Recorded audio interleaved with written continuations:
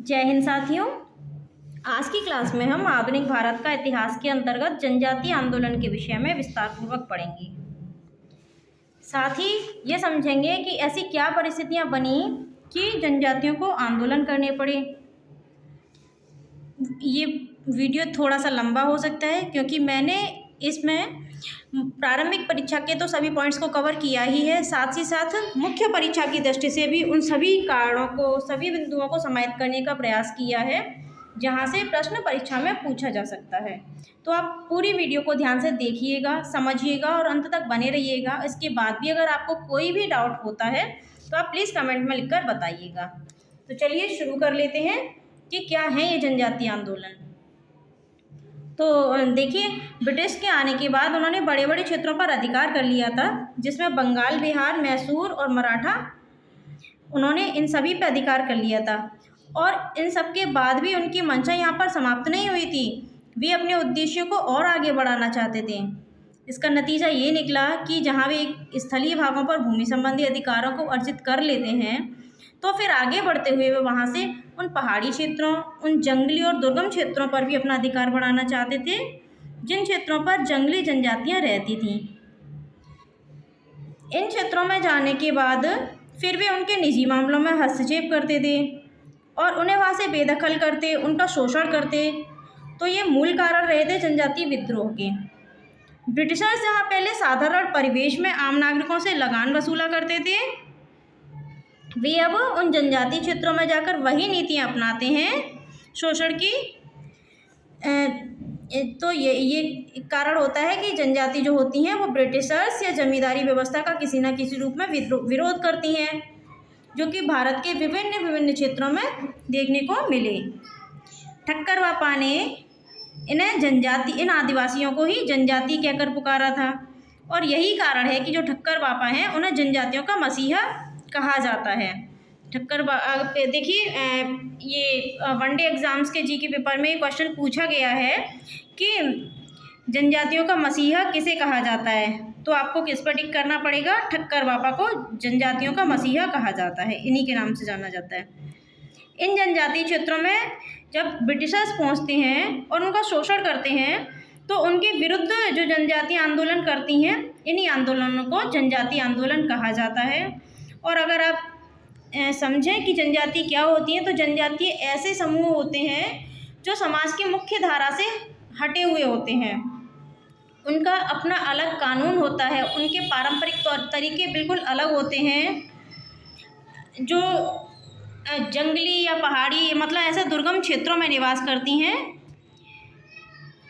इस प्रकार ये जनजातियाँ जो हैं ये जंगली क्षेत्रों में रहती थीं, और जब इनके निजी मामलों में जब ब्रिटिशर्स ने हस्तक्षेप करना शुरू किया, तो उन्होंने उनमें आक्रोश पैदा हुआ ब्रिटिशर्स के खिलाफ, और इसे ही जनजातीय आंदोलन फिर कहा गया। जब उन्होंने इनके खिलाफ विद्रोह किया तो ये जनजातीय आंदोलन के रूप में जाना जाने लगा। अब देखिए, जैसे कि अंग्रेज़ थे, अंग्रेज़ों के आने से पहले जो आदिवासी जंगलों में रहते थे और जंगलों में जो भी प्राकृतिक संसाधन होते थे उनके साथ शांतिपूर्ण तरीके से रहते थे।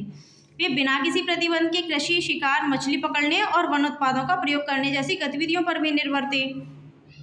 लेकिन इंग्लैंड में उस समय क्या था? औद्योगिक क्रांति का दौर चल रहा था, और औद्योगिक क्रांति के दौर में वहाँ पे उद्योग स्थापित हो रहे थे। उन उद्योगों के लिए कच्चे माल की आवश्यकता थी। अब ब्रिटिशर्स ने उन कच्चे माल की पूर्ति के लिए भारत को वो स्थान बनाना चाहा, कच्चे माल की आपूर्ति के लिए। तो इसीलिए अब वो स्थलीय क्षेत्रों पर कब्जा करने के बाद उन जंगलों की ओर बढ़े जो कि कच्चे माल की आपूर्ति के स्रोत थे। तो इन्हीं कच्चे माल की आपूर्ति के लिए अंग्रेजों ने शोषणकारी और विस्तारवादी नीतियाँ शुरू की। जंगलों से कच्चा माल प्राप्त करने लगे। अब वो आदिवासियों का अपना कानून था, जिसमें अंग्रेजी प्रशासन का, पुलिस का हस्तक्षेप होने लगा। आदिवासियों की अपनी ज़मीन थी, जिससे वो भूमिहीन कर दिए गए। अब वो बंधुआ मजदूरी करने के लिए विवश हो गए, उनसे बंधुआ मजदूरी करवाने लगे अंग्रेज़। प्राकृतिक संसाधनों और वन उत्पादों के उपयोग को उनको सीमित कर दिया गया। वो ये लोग अब स्थानांतरित करती वो खेती जैसे झूम कृषि करते थे। इनकी ऐसी प्रथाओं पर भी अंग्रेज़ों ने क्या किया, प्रतिबंध लगा दिया, जिससे इनकी प्रति व्यक्ति आय में तो गिरावट आई ही, साथ ही साथ जो बाहरी लोग इनसे लगान वसूल करते थे, बाहरी लोगों को ये जो आदिवासी थे ये दीकू कहते थे। बाहरी लोगों को याद रखना है, दीकू कौन थे, तो जो बाहरी लोग होते थे उन्हीं को ये आदिवासी कहते थे, दीकू।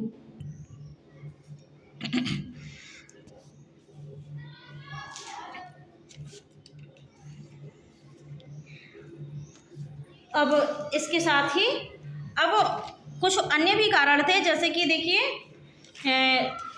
जो सन 1813 में अंग्रेज़ों जो 1813 का चार्टर एक्ट आया था, उसमें क्या था कि वो ईसाई मिशनरीज भारत में आने लगे थे ईसाई धर्म का प्रचार प्रसार करने के लिए, जिसमें आपको पता हो कि 1 लाख रुपए जो है बजट भी डिसाइड किया गया था। तो इसी जो ईसाई धर्म वाले जो ईसाई मिशनरीज आ रहे थे, वो क्या कर रहे थे कि हिंदू और जनजातीय लोगों को वो ईसाई धर्म को अपनाने के लिए मतलब धर्म परिवर्तन करवा रहे थे ज़बरदस्ती उनका। तो इससे क्या हुआ, जो उनका ज़बरदस्ती धर्म पर उनके जो परिवर्तन के विरोध में मतलब जनजातियों के जो पारंपरिक तौर तरीके थे उनमें हस्तक्षेप करने लगे। आदिवासियों की सदियों पुरानी धार्मिक प्रथाओं को कम कर रहे थे वो। इससे ईसाई मिशनरियों के ईसाई धर्म के प्रसार के जो प्रयास थे ना, उन्होंने अंग्रेज़ों के प्रति उनकी नाराज़गी को और भी बढ़ा दिया। उनके जीने के तौर तरीके में हस्तक्षेप के बाद भारत के अलग अलग क्षेत्रों में विविध जनजातीय समूह जो थे, उन्होंने ब्रिटिश शासन के समय में ब्रिटिश भारत सरकार के शोषणकारी और भेदभावपूर्ण प्रथाओं के खिलाफ क्या कर दिया, विद्रोह कर दिया। और यहीं से शुरू हुए अलग अलग क्षेत्रों में जनजातीय आंदोलन। तो अब हम उन्हीं जनजातीय आंदोलनों को समझते हुए देखेंगे। देखिए, ये तो वो पॉइंट्स हो गए जो मुख्य परीक्षा में कारण के रूप में पूछे जा सकते हैं। अब हम देखते हैं कि कौन कौन से विद्रोह भारत के किस किस क्षेत्र में हुए थे। तो चलिए इसी को देखते हैं। देखिए, मैंने इनको समझाने के लिए एक मैप का प्रयोग किया है। मुझे लगता है कि अगर हम मैप के थ्रू समझेंगे तो हमारे दिमाग में वो पोजीशन क्रिएट होगी कि हमने इसको कहाँ पे पढ़ा था, और हम उसको इमेज के थ्रू दिमाग में याद रखेंगे तो हमें उसकी लोकेशन याद रहेगी। फिर हमारे पास 2 काम बचेंगे, उनका वर्ष, उनका कारण क्या रहा और ये किसने किए। तो देखिए, स्थान भी बहुत महत्वपूर्ण है। तो चलिए इसको स्थान के माध्यम से समझ लेते हैं। सबसे पहले जैसे कि कूका आंदोलन, हम इसको ऐसे समझते हुए चलेंगे, इधर से पहले बढ़ेंगे, इसके बाद हम इधर होते हुए इसको ख़त्म कर लेंगे। तो चलिए इसको समझते हैं। सबसे पहले हम देखेंगे कूका। देखिए, कूका आंदोलन है, ये हुआ था पंजाब में। PUN मैंने लिखा है। इसके लिए इस मैप को समझने के लिए सबसे पहले आपको भारत के मैप की सामान्य जानकारी होनी चाहिए कि भारत में कौन सा राज्य कहाँ पर है, तो आपके लिए आसान हो जाएगा इसके थ्रू समझना। तो जैसे कि देखिए, पंजाब यहाँ पे है और पंजाब में शुरू हुआ था कूका आंदोलन। इसके बाद हम आगे बढ़ते हैं राजस्थान में हुआ था बिजौलिया एवं भील। तो राजस्थान में बिजौलिया और भील 2 आंदोलन हुए थे। इसके बाद गुजरात में देखिए 4 आंदोलन लिए मैंने महत्वपूर्ण रूप से, जिसमें है कच्छ, बघेरा, नायक, नयकदा। इसमें 4 आंदोलन है, कच्छ, बघेरा, नायक, नयकदा। तो हम इन तीनों को एक साथ देख लेते हैं, साथ ही साथ। तो देखिए फिर से रिवीजन कर लेते एक बार। पंजाब में कूका, राजस्थान में 2 हुए, बिजौलिया और भील, और गुजरात में है कच्छ, बघेरा, नायक और नयकदा। इसके बाद अब हम आगे बढ़ते हैं। अब हम देखते हैं महाराष्ट्र में। देखिए, महाराष्ट्र में 4 आंदोलन पढ़ेंगे हम, गडकरी, रामोसी, सतारा और भील। गडकरी के नाम से आप समझते ही होंगे, हमारे जो सड़क परिवहन मंत्री हैं नितिन गडकरी, महाराष्ट्र से ही हैं। रामोसी महाराष्ट्र की पश्चिमी घाट की एक जनजाति का नाम है, तो महाराष्ट्र में ही रहती है। सतारा काफ़ी फेमस है, समझाने की मुझे लगता है आवश्यकता नहीं है। और भील जो है, देखिए एक भील हमने पढ़ा था राजस्थान में और दूसरा भील हम पढ़ रहे हैं महाराष्ट्र में। दोनों को अलग अलग हैं और दोनों ही आपको याद रखने हैं। पहले हमने बिजौलिया और भील को देखा था, महाराष्ट्र में भी हम देख रहे हैं भील। तो हम इन चारों को देख लीजिए, कूका पंजाब, राजस्थान बिजौलिया एवं भील, गुजरात कच्छ, बघेरा, नायक, नयकदा, महाराष्ट्र में गडकरी, रामोसी, सतारा और भील। इसके बाद हम आगे बढ़ते हैं कर्नाटक। कर्नाटक में है किट्टूर। कैसे कर्नाटक का से किट्टूर, कैसे कर्नाटक का से किट्टूर, तो कर्नाटक किट्टूर। इसके बाद केरला में है मोपला। मोपला एक किसान आंदोलन है, इसको भी आगे देखेंगे। तो केरला मोपला, केरला मोपला, इस तरीके से बार बार बोलेंगे, आराम से आपको याद हो जाएगा। इसके बाद देखिए तमिलनाडु। तमिलनाडु में है जस्टिस और आत्मसम्मान। दोनों को याद कर लीजिए। जस्टिस मिलना चाहिए, क्यों? आत्मसम्मान के लिए। जस्टिस मिलना चाहिए आत्मसम्मान के लिए, तो आपको याद हो जाएगा, जस्टिस मिलना चाहिए आत्मसम्मान के लिए। तो एक बार फिर से देखिए, हम यहाँ से यहाँ तक इनको रिकॉल कर लेते हैं। देखिए, सबसे पहले हमने देखा कूका पंजाब, राजस्थान बिजौली एवं भील, गुजरात कच्छ बघेरा नायक नायकदा, महाराष्ट्र गडकरी रामोसी सतारा और भील, कर्नाटक कैसे किट्टूर कैसे कर्नाटक, केरला मोपला, तमिलनाडु जस्टिस मिलना चाहिए आत्मसम्मान के लिए। अब हम आगे बढ़ते हैं। आंध्र प्रदेश। आंध्र प्रदेश में रंपा, आंध्र प्रदेश रंपा, ये आंध्र प्रदेश रंपा।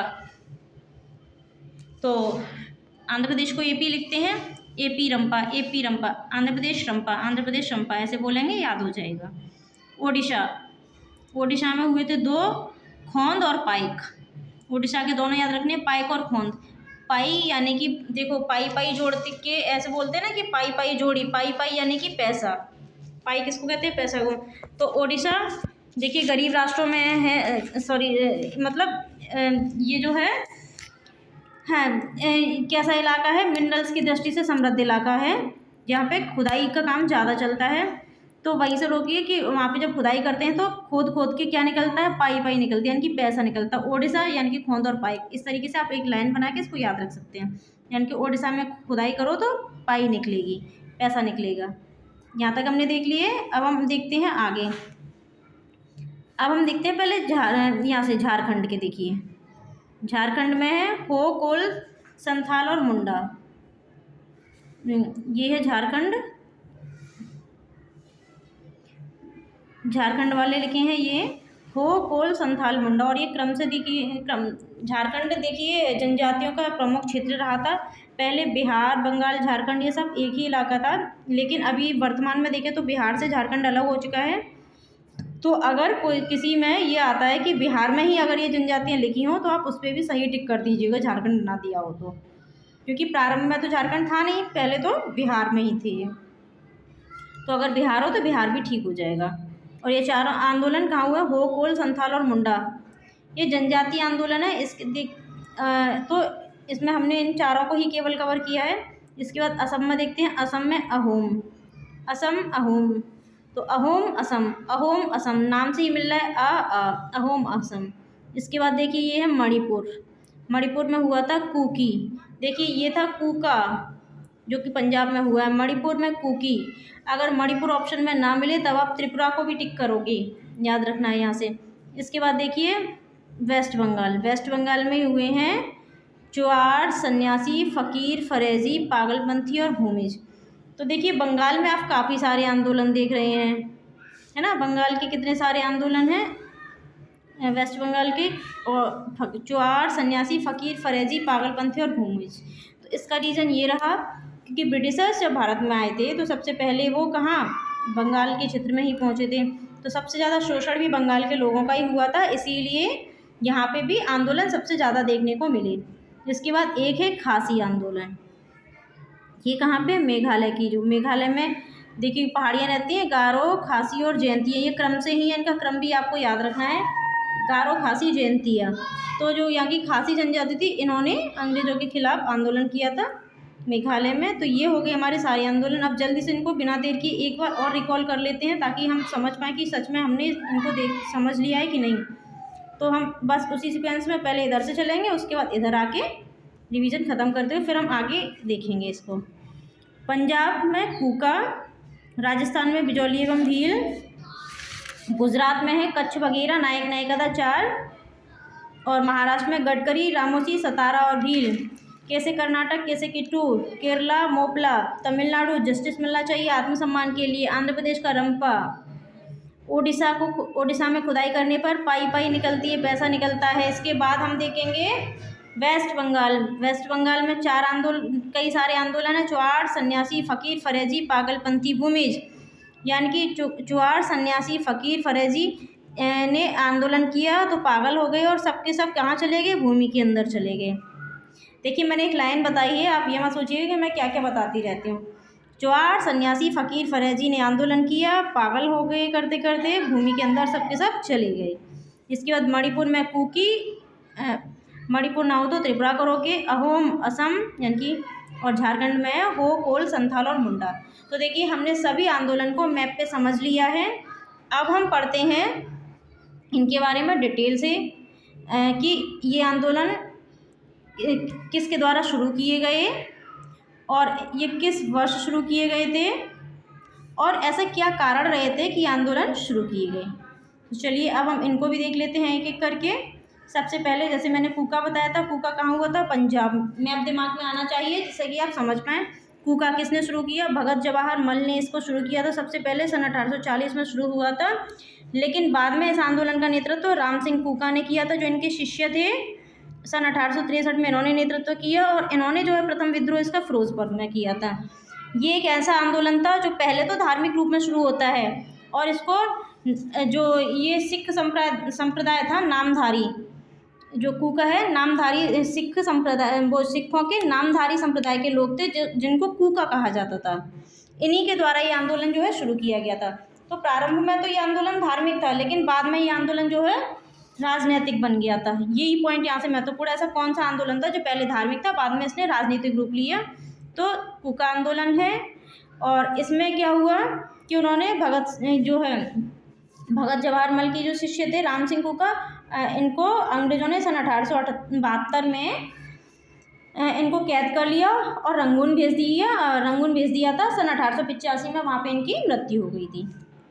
इस प्रकार ये आंदोलन समाप्त हो गया। इसके बाद हम अगला आंदोलन देखते हैं, वो है भील, जो कि राजस्थान में। देखिए मैंने दो आंदोलन बताए थे, बिजौलिया एवं भील। तो आप सोचेंगे मैंने यहाँ पे बिजौलिया नहीं बताया, तो मैं यहाँ पे केवल उन्हीं आंदोलन को कवर कर रही हूँ जो कि हमारी परीक्षा की दृष्टि से महत्वपूर्ण है, जहाँ से प्रश्न पूछे जाते हैं पीटी में भी।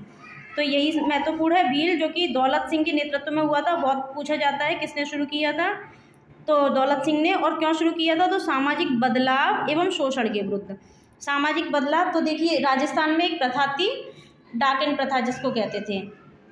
इसमें क्या था कि जिस महिला का पति मर जाता था तो जो विधवा या फिर जो महिलाएं होती थी उनको डायन या फिर डाकिन कहकर पुकारा जाता था और उनको मार के उनको सजा दी जाती थी कि उनका पति जो है मर चुका है, तो उनको मार दिया जाता था सजा के रूप में भी, कंकड़ पत्थर मार के उनकी हत्या कर दी जाती थी सजा के रूप में। तो इसे रोकने के लिए अंग्रेज़ों ने वहाँ पे क्या किया, जब इसको रोकने का प्रयास किया तो इन्होंने दौलत सिंह के नेतृत्व में ही इसमें आंदोलन प्रारंभ किया गया भीलों के द्वारा।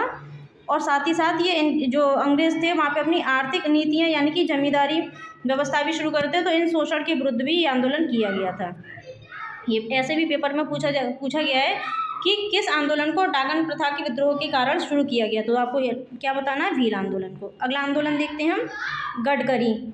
नितिन गडकरी कहाँ से है, महाराष्ट्र से, तो आप याद रखेंगे गडकरी कहाँ से है, महाराष्ट्र में हुआ था, सन 1844 में है ये। और ये कौन थे, मराठों के वंशानुगत सैनिक थे। इनके साथ क्या हुआ, ये जो मराठे थे उनके जो सैनिक बचे थे वो ब्रिटिश की सेना में थे, लेकिन ब्रिटिश लोगों ने क्या किया कि उनको अधिक सैनिकों की जब आवश्यकता नहीं रही तो इन्होंने अपनी सेना से इन मराठाओं को बाहर कर दिया।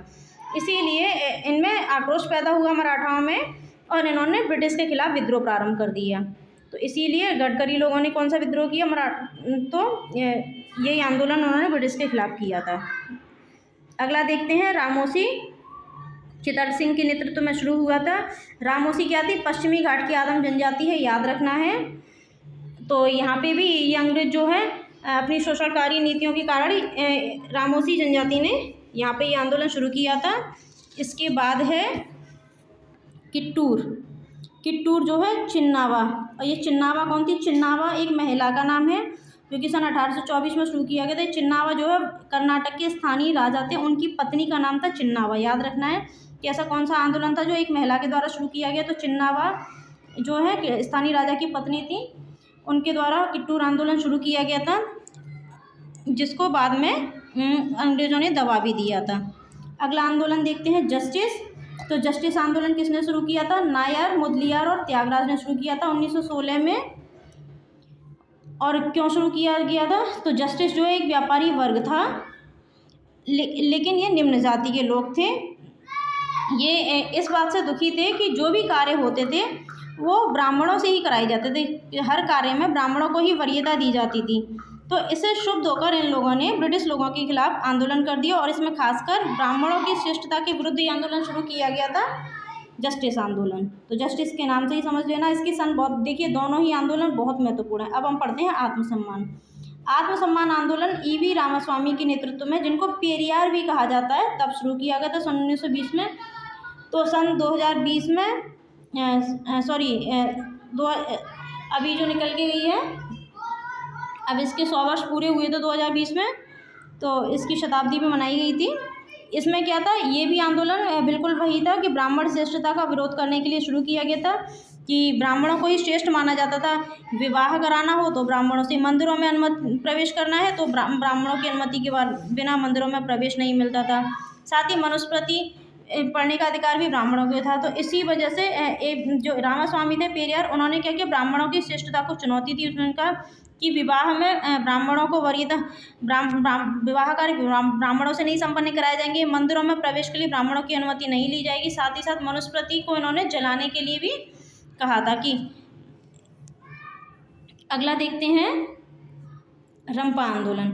रंपा आंदोलन जो है राजू रंपा ने शुरू किया था सन 1879 में, 1879 में। ये बहुत महत्वपूर्ण नाम, इसमें कई बार पूछा गया है। रंपा के नाम से आपको याद आना चाहिए दिमाग में कि कहाँ पे था, आंध्र प्रदेश में। 1879 में इसको शुरू किया गया था। और क्यों?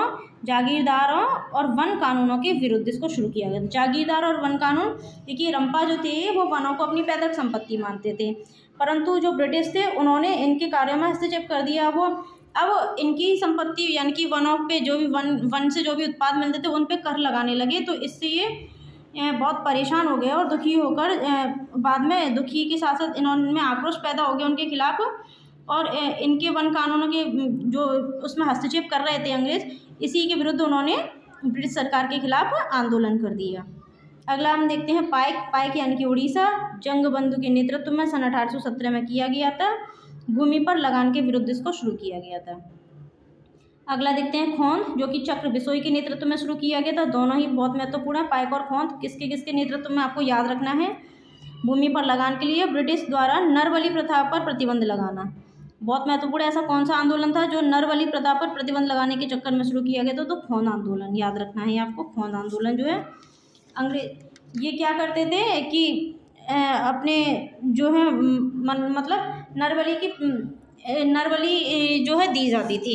इनको लगता था कि बलि देने से जो है काम बन जाते हैं। तो अंग्रेज़ों ने इनकी परंपराओं में हस्तक्षेप करना शुरू किया। तो इसीलिए खोंद जाति के लोगों ने, जिसमें चक्र बिसोई के नेतृत्व में, इन्होंने आंदोलन प्रारंभ कर दिया।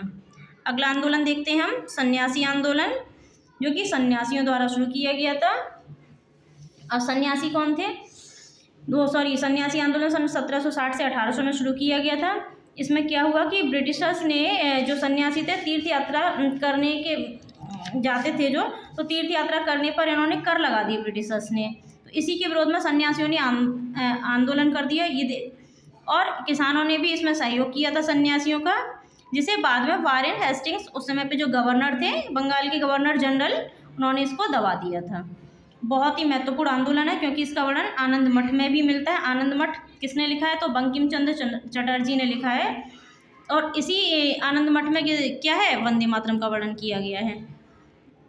पहली बार वंदे मातरम कब गाया गया था? सन 1896 के कलकत्ता अधिवेशन में गाया गया था। ये भी आपको याद रखना है, पूछ लिया जाता है। तो सन्यासी आंदोलन महत्वपूर्ण है, बहुत बहुत ज़्यादा महत्वपूर्ण है। क्यों? क्योंकि तीर्थ यात्रा कर के विरोध में इसको शुरू किया गया था। वारेन हेस्टिंग्स ने इसका दमन किया था। और ऐसा आंदोलन जिसका वर्णन किस में मिलता है? आनंद मठ में मिलता है। अगला देखते हैं फ़कीर आंदोलन। मजमन शाह और चिराग अली के नेतृत्व में शुरू हुआ 76-77 में, 1776-77 में। और ये धार्मिक कारणों से शुरू हुआ था, जिसको अंग्रेज़ों ने दबा दिया था बाद में। पागलपंथी करम शाह और टीपू मीर के नेतृत्व में शुरू हुआ 1813 से 1831 तक ये चला था। और ये अर्ध धार्मिक संप्रदाय द्वारा जमींदारों के विरुद्ध किया गया था। तो इसमें इतना याद रखना है कि ये एक ऐसा इकलौता आंदोलन था जो कि अर्ध धार्मिक संप्रदाय था, पागलपंथी वाला, और ये जमींदारों के विरुद्ध था। किसके नेतृत्व में? करमशाह और टीपू मीर के नेतृत्व में। करमशाह के पुत्र थे टीपू मीर, तो उन्हीं के नेतृत्व में ये आंदोलन शुरू किया गया था। इसके बाद फरेजी देखते हैं हम। फरेजी दादू मीर के नेतृत्व में शुरू किया गया था सन 1820 से 1858 में। इसमें ब्रिटिशर्स को हरा मुस्लिम शासन स्थापित करना इनका ये उद्देश्य था। फरेजी कौन थे? तो ये शरीयतुल्लाह पर चलाए जाने वाले शरीयतुल्लाह जो था द्वारा चलाए गए संप्रदाय के अनुयायी लोग थे फरेजी। और इन्होंने ये नारा दिया कि पूरी जितनी भी भूमि है सब भूमि का मालिक कौन है? खुदा। तो इसीलिए ब्रिटिशर्स उस पर अपना अधिकार जमा रहे थे इनकी भूमि पर, इसीलिए उन्होंने ब्रिटिश के खिलाफ ये आंदोलन किया था फरेजी ने। अगला हम देखते हैं खासी आंदोलन, जो कि कहाँ से है? मेघालय से है। तीरथ सिंह के नेतृत्व में हुआ था। 1828 से 33 तक चला। जल्दी इसको दबा दिया 5 साल। सड़क निर्माण विरोध में इसमें क्या था? जो अंग्रेज थे ये जनजातीय क्षेत्रों में, पहाड़ी क्षेत्रों में जो सड़क निर्माण कार्य कर रहे थे, और उसमें भी सड़क निर्माण में इन जनजातियों को जबरन सड़क निर्माण कार्यों में लगा रहे थे। तो इसी का विरोध करने के लिए खासी जनजाति के लोगों के द्वारा ये आंदोलन शुरू किया गया था, याद रखना है। अगला आंदोलन देखते हैं कुकी आंदोलन। कुकी कहाँ पे है? मणिपुर में। बस ये सन मिलाने के लिए आता है, इसलिए इसको 1826 से 1849 याद रखना है। अगर मणिपुर नहीं दिया हो तो आप इसको क्या टिक करोगे? त्रिपुरा भी। इसके बाद हो कोल संथाल मुंडा कहाँ के हैं? झारखंड के हैं, आपको याद रखना है। 1820 हो कोल जो है कई चरणों में चला था, इसलिए इसको ज़्यादा नहीं पूछा जाता है, बस इसकी सन याद रखनी है। 1820, फिर उसके बाद 31 में शुरू हुआ, फिर 37 में। इसके बाद है कोल आंदोलन। कोल महत्वपूर्ण है पेपर के लिए। जो इस कहाँ पे शुरू हुआ था? छोटा नागपुर क्षेत्र में शुरू हुआ था। 1829 से शुरू हुआ, 39 तक ये चला था, याद रखना है। इसके बाद हम देखते हैं संथाल विद्रोह। संथाल विद्रोह जो है सिद्धू कानू, चंद और भैरव, ये 4 भाई थे। इसमें सिद्धू कानू का नाम सबसे ज़्यादा फेमस है, क्योंकि सिद्धू कानू ने स्वयं को ठाकुर का अवतार बताया था। ठाकुर का अवतार याद रखना है। तो और इनके 2 भाई और थे, चंद और भैरव, उन्होंने भी इसमें सहयोग किया। तो चारों भाई का ही नाम कभी कभी आ जाता है। इसमें क्या हुआ? संथाल में संथालों के जो मुख्य रूप से राजमहल और भागलपुर, जो कि झारखंड, राजमहल और भागलपुर और बिहार में, इसके बीच का जो क्षेत्र था उस पर कब्जा कर लिया संथालों ने। और इस क्षेत्र को कहा जाता है दामने कोह। इसको याद रखना है। भागलपुर, राजमहल, इसको दामने कोह कहा जाता था। इस पर संथालों ने अपना कब्जा कर लिया था। फिर इसमें जो बाहरी लोग थे, बाहरी लोग जिन्हें संथाल लोग क्या कहते थे? दीकू कहते थे। इस दीकू में कौन कौन से लोग आते थे उनके हिसाब से? तो इसमें महाजन, ठेकेदार, जमींदार और जो अधिकारी होते थे उनको वो कहते थे दीकू, संथाल लोग। इन्होंने बाहरी लोगों के खिलाफ विद्रोह किया, जिसे वो दीकू कहते थे। तो इनका प्राथमिक उद्देश्य क्या था कि ब्रिटिश या फिर विदेशी शासन जो भी आएगा उसका पूरी तरीके से सफाया कर दिया जाएगा। तो इसमें इतना ही याद रखना है। संथाल में महत्वपूर्ण है क्योंकि इसकी सन ये जरूर याद रखनी है, 1855 से 1856। ऐसा कौन सा आंदोलन है जो प्रथम स्वतंत्रता संग्राम यानी कि 1857 के पूर्व चल रहा था? तो संथाल विद्रोह। ये ऐसे ही पूछा भी गया है यूपीएससी के पेपर में। प्रथम स्वतंत्रता संग्राम के पहले कौन सा आंदोलन हुआ था? तो संथाल आंदोलन 55-56 में, याद रखिएगा इसको, 1857 से पूर्व। इसके बाद हम अगला देखते हैं मुंडा विद्रोह, जो कि वो बहुत महत्वपूर्ण है। मुंडा विद्रोह भी, मुंडा विद्रोह में क्या था? ये बिरसा मुंडा के नेतृत्व में शुरू हुआ था सन 1899 में, छोटा नागपुर, बिहार के क्षेत्र में ही। इसको उलगुलान विद्रोह भी कहते हैं, ये महत्वपूर्ण है। इसमें मुंडाओं में क्या था? सामूहिक खेती का प्रचलन था, और इस तरह की खेती, मुंडाओं में बता रही हूँ, तो इस तरह की खेती को क्या कहते थे? खुड कुट्टी भी कहते थे, यानी कि स्वामित्व अपना दिखाते थे। मुंडाओं की जमीनों पर जमींदारों द्वारा कब्जा कर लिया गया था, जिससे अब मुंडाओं में आक्रोश पैदा हो गया, और बिरसा मुंडा ने फिर मुंडाओं को संगठित करने का प्रयास किया और अंग्रेजों के खिलाफ विद्रोह कर दिया। तो इसमें खुटकुट्टी प्रथा भी पूछी जाती है कि तो ये मुंडाओं से संबंधित, ये यूपीपीसीएस के 2020 के पेपर में शब्द आया था, खुटकुट्टी किससे संबंधित है? तो बिरसा मुंडा के नेतृत्व में इसको उलगुलान विद्रोह भी कहते हैं, छोटा नागपुर बिहार क्षेत्र में हुआ था। अब आगे देखते हैं पहाड़िया आंदोलन। तो ये पहाड़िया आंदोलन जो है ये 4 चरणों में चला था। इसमें सबसे ज़्यादा महत्वपूर्ण है तिलका मांझी का नाम, इसीलिए इनकी आंदोलन के इनके नाम पर ही, तिलका मांझी के नाम पर इसको तिलका आंदोलन भी कहते हैं। ये कब हुआ था शुरू? तो 1779 में। यही आपको याद रखना है। छोटा नागपुर क्षेत्र पर ब्रिटिश अतिक्रमण के खिलाफ। इसमें क्या था, तिलका मांझी ने भागलपुर के जो कलेक्टर थे अगस्टस क्लीवलैंड याद रख लीजिए, इंग्लिश है, प्रोनाउंसिएशन में डिफरेंस देखने को मिलते हैं को 1700 तो ये क्लीवलैंड थे, इनको 1784 में तीर एवं धनुष से जख्मी कर दिया था तिलका मांझी ने, जिससे उनकी मृत्यु हो गई थी। इसी कारण से तिलका मांझी को ब्रिटिशर्स ने गिरफ्तार कर लिया और 1785 में भागलपुर के बीच चौराहे पर बरगद के पेड़ से लटकाकर इनको फांसी दे दी गई थी। इतना ही महत्वपूर्ण इनकी सन याद रखनी है। और ये भी छोटा नागपुर क्षेत्र में ही हुआ था।